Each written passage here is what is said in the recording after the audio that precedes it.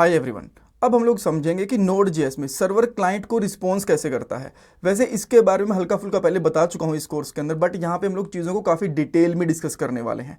तो सबसे पहले हम लोग ये समझेंगे कि सर्वर के रिस्पॉन्स का मतलब क्या होता है, और देन उसको बनाने के लिए थोड़ा बहुत कोड करके उसका एग्जाम्पल देखेंगे।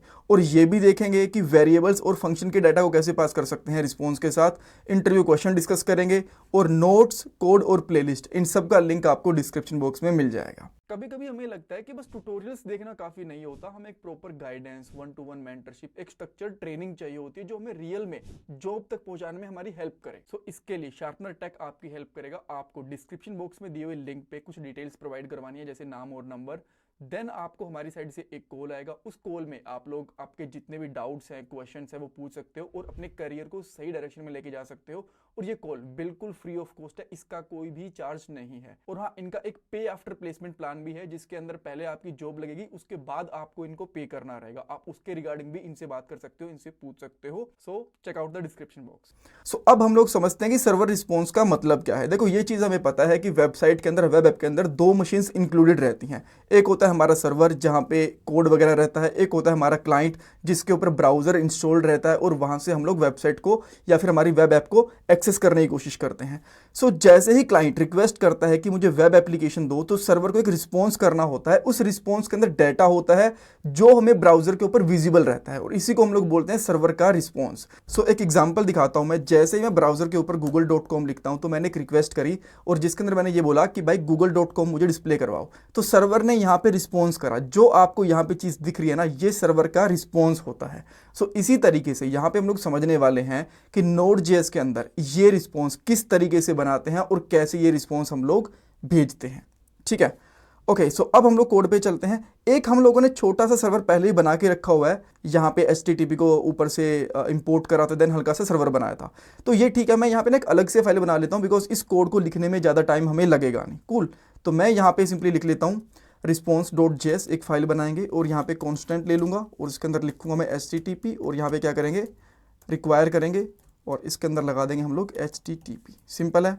देन मैं यहाँ पे लिखूंगा HTTP डॉट क्रिएट सर्वर, और इसके बाद में यहाँ पे लगा देंगे डॉट लिसन। इस तरीके से हमारा यहाँ पे जिस भी पोर्ट पे मैं इसको लिसन करना चाहता हूँ, जैसे कि 4800 के ऊपर। इस पेज के अंदर भी सेम लिखा हुआ, बट ये बंद पड़ा है तो कोई दिक्कत नहीं है, यहाँ पे हम लोग सेम पोर्ट का यूज़ कर सकते हैं। ठीक है, ये लगा दिया।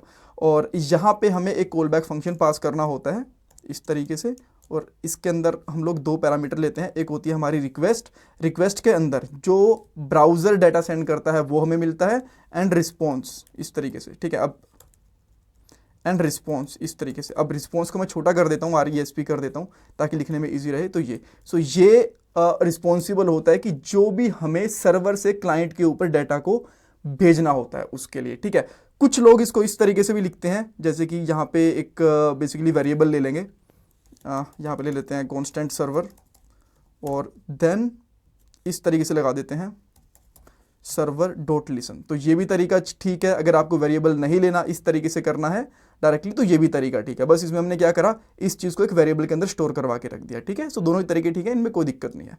नाउ तो अगर आपको अब यहाँ पे कुछ रिस्पॉन्स भेजना है, तो सबसे सिंपल तरीका होता है रिस्पॉन्स डॉट एंड। इस फंक्शन के अंदर कुछ भी डाटा लिख दो, जैसे कि मैंने यहाँ पे लिख दिया अनिल सेतु, तो ये डाटा प्रॉपर मिल जाएगा। अब इसको मैं एक बार एक्सेस करने की कोशिश करता हूँ सर्वर के ऊपर। सो मैं यहाँ पे सिंपली लिखूंगा नोडमून, हम लोग नोडमून यूज़ कर रहे हैं, लास्ट पार्ट के अंदर हम लोगों ने इंस्टॉल कर लिया था, और यहाँ पे लिखूंगा response.js। सो जैसे मैंने लिखा और यहाँ पे आके मैंने लिखा पोर्ट का नाम। ठीक है, ये पोर्ट लिखना, आपको फाइल का नाम नहीं लिखना होता, ये पोर्ट का नाम लिखना होता है, और यहाँ पे लिखा 4800, तो यहाँ पे आप देख सकते हो अनिल सिद्धू आ गया। तो ये तो बहुत ही बेसिक सा कोड हो गया। इसको बेसिकली हम लोग यूज़ करते हैं एंड को, ताकि हमारी जो करंट रिक्वेस्ट है ना, वो यहाँ पे फिनिश हो जाए। तो इसको आप लोग ब्लैंक भी छोड़ सकते हो, और इससे पहले लिख सकते हो रिस्पॉन्स डॉट राइट, और इसके अंदर कुछ डाटा लिख सकते हो, जैसे कि सिंपली मैंने यहाँ लिख दिया एक H1 टैग। ठीक है, अब ये चीज़ मैं पहले बता चुका हूँ, बट ध्यान से देखना, अभी मैं आपको बहुत सारी नई चीज़ें यहाँ पे बताऊंगा। सो H1 टैग मैंने इस तरीके से बंद कर दिया, और यहाँ पे लिख दिया हेलो अनिल सिद्धू। ठीक है, अब मैं यहाँ पे आया, मैंने रिफ्रेश करा, प्रॉपरली मुझे दिख रहा है, परफेक्ट। सो अब अगर मैं यहाँ पे H2 टैग लूँगा ना इस तरीके से, और फिर मैं इसको यहाँ पे एक्सेस करने की कोशिश करता हूँ इस तरीके से, तो इसने टैग्स ही दिखा दिए डायरेक्टली। तो अब इसका रीज़न क्या था? इसका रीज़न ये था कि जब H1 टैग लगाते हैं ना यहाँ पे, तो समहाउ ये हमारा पेज समझ लेता है कि हम लोगों ने HTML का टेक्स्ट सेंड करा है, बट अब इस चीज़ को समझ नहीं पा रहा। तो इसको समझाने के लिए हमें क्या करना होता है, एक हेडर सेट करना होता है, ठीक है। तो मैं यहाँ पे लिखूंगा रिस्पॉन्स डॉट सेट हेडर, और इसके अंदर मैं सिंपली यहाँ पे लिखता हूँ कंटेंट टाइप, कंटेंट टाइप, और कंटेंट का जो C है ये कैपिटल रहेगा, ठीक है। और इसके अंदर कोमा डाल के आपको अगेन यहाँ पे लिखना होता है टेक्स्ट स्लैश HTML। अब मैं इसको सेव कर दूंगा, यहाँ पे आऊँगा, रिफ्रेश करूँगा, अब ये आपको H1 टैग के जैसे दिखेगा, HTML टैग के जैसे दिखेगा।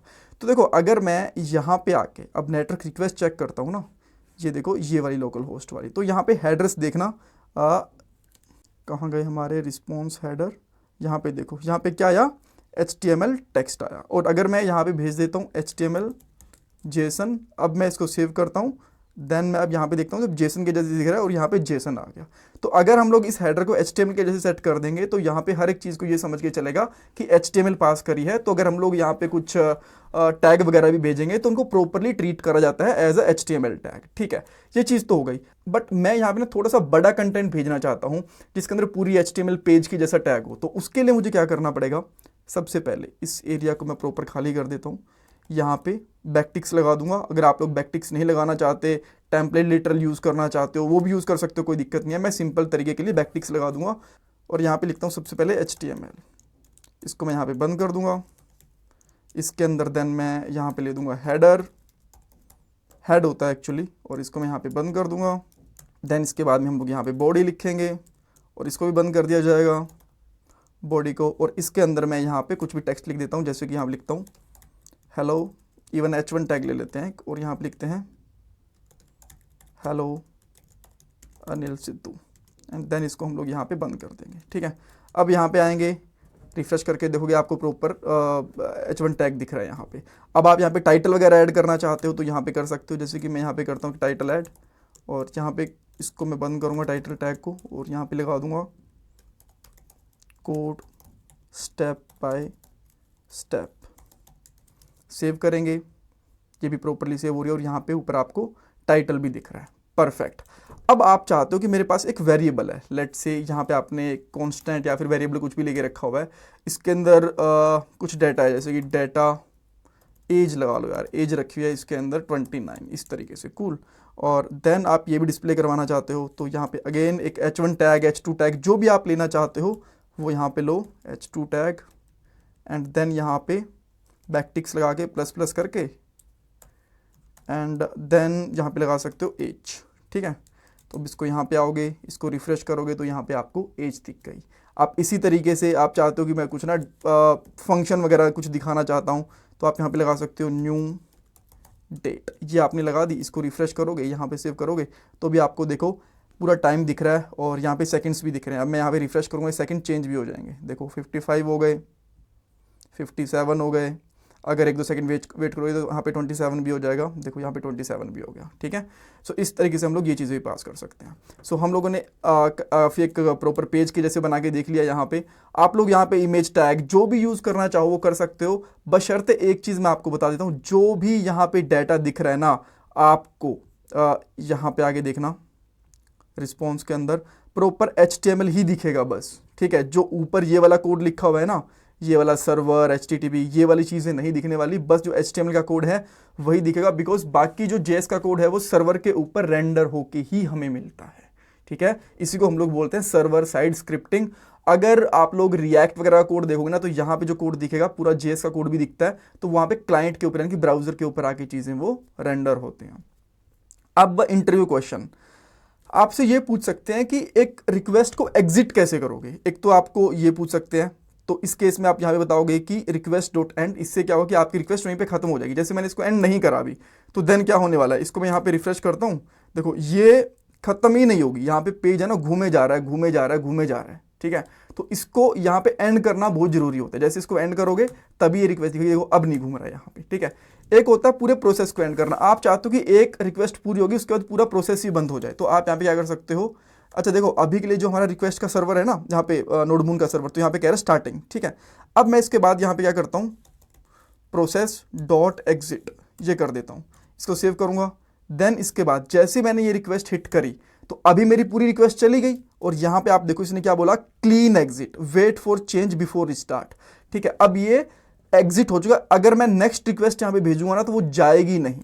अब आप देखोगे यहां पे बंद हो चुका है, तो इसके लिए हमें सर्वर को रिस्टार्ट करना पड़ेगा। तो अगर आपसे पूछे कोई कि प्रोसेस को कैसे बंद करना होता है तो इस तरीके से, करंट रिक्वेस्ट को कैसे एंड करना होता है तो वो इस तरीके से, right. Thank you so much. इसमें कुछ डाउट कंफ्यूजन है मुझे कमेंट सेक्शन में पूछ सकते हो। और नेक्स्ट पार्ट के अंदर हम लोग यहाँ पे जो रिक्वेस्ट पैराम है ना उसके बारे में बात करने वाले हैं। रिस्पॉन्स के बारे में हमने बहुत बात कर ली यहाँ पे।